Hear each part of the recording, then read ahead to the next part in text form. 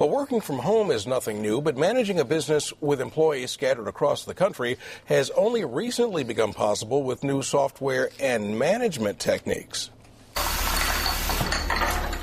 A sip of water, and Dan Guillory is ready for the short commute to his office. Good morning, Heidi. How are you doing? A commute that covers the few steps from his kitchen to his laptop on the dining room table.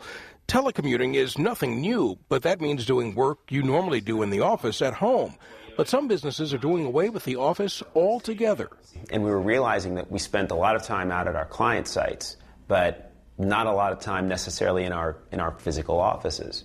Dan is CEO of Innovations International, a consulting firm that conducts seminars on diversity, leadership, and creativity for businesses. A few years back, he traded in his expensive office space in San Francisco for a virtual office in his home. Now, a laptop, internet connection, and cell phone allow him to manage staff in the Bay Area and in Utah, as well as independent contractors all over the country, for a fraction of the cost of a brick-and-mortar office. Rent alone was $60,000 a year.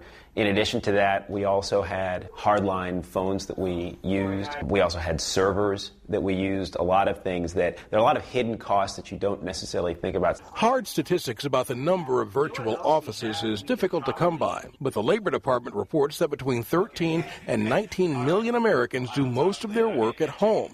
That's been made possible by software that enables video conferencing, email, and internet faxing.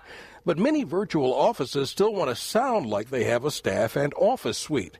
That's where a phone service like San Mateo-based Ring Central comes in.